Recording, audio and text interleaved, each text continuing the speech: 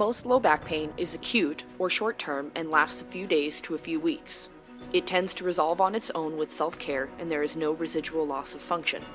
The majority of acute low back pain is mechanical in nature, meaning that there is a disruption in the way the components of the back, such as the spine, muscles, intervertebral discs, and nerves function together.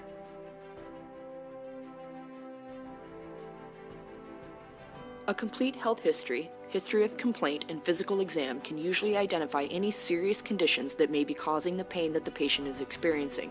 During the examination, a healthcare provider will ask about the onset, site, and severity of the pain, duration of symptoms, limitations in movement, and history of previous episodes or any health conditions that might be related to the pain. The first component of the physical examination is assessment of active lumbar range of motion.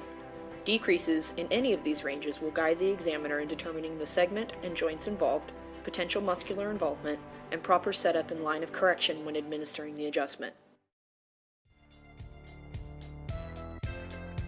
A comprehensive neurologic evaluation includes motor, sensory, and deep tendon reflexes of the lower extremity. If the patient is experiencing pain, weakness, or loss of sensation in the lower extremity, neurological testing is indicated.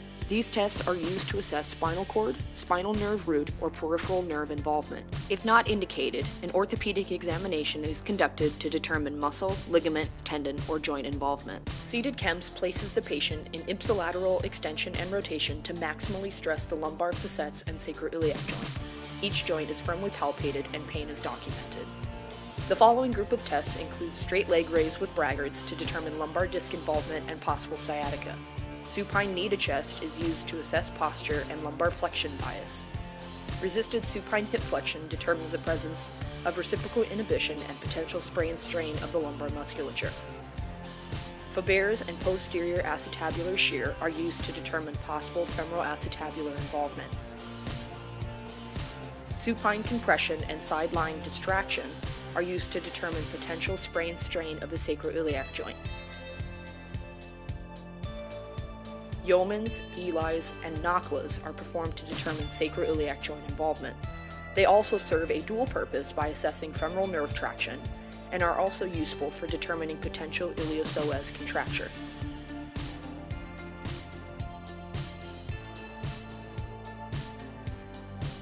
Similar to seated KEMS, the prone press-up is useful for determining facet dysfunction of the lumbar and thoracic regions.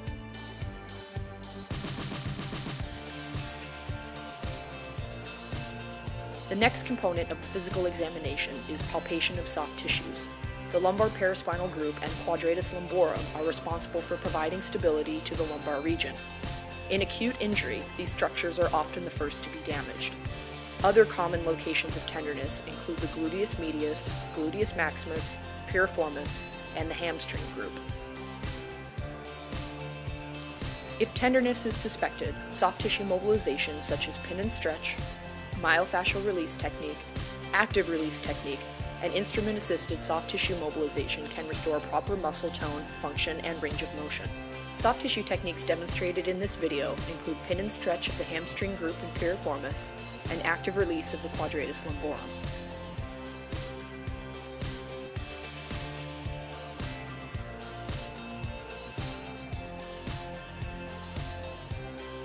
As a society that spends most of its time sitting, the seated hamstring stretch is an effective way to maintain proper hamstring length and decreasing tension on the pelvis.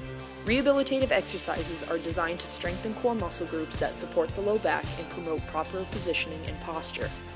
Planks act as an objective measurement of core strength and can also be used as daily active care. The McGill Big 3 consists of 3 exercises. The bird dog focuses on the anterior and posterior chain structures, most notably the gluteus maximus and rectus abdominis. The side bridge promotes stability and conditioning of the lateral chain, most notably the obliques.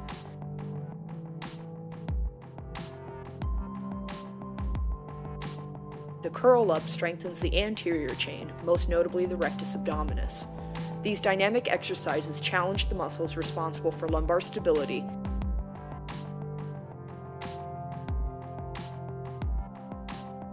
Prior to the adjustment, the joints of the spine, sacrum, and pelvis must be palpated in order to determine the presence of joint restriction and tenderness. By applying a light force into the anatomic plane line of the facet, areas of restriction can be assessed in order to determine the correct placement for the adjustment. Restrictions in the lumbar, sacral, and pelvic regions often have accompanied lower thoracic involvement due to the transitional anatomy. Special note is taken in this region and assessed accordingly. The adjustment is the final component of treatment. Side posture provides the examiner with optimal mechanical advantage to deliver the proper line of correction into the restricted joints identified with examination and palpation. Side posture can be performed as a kick or push maneuver, but both techniques utilize a highly specific, high-velocity thrust into the restricted joint in order to restore proper joint biomechanics.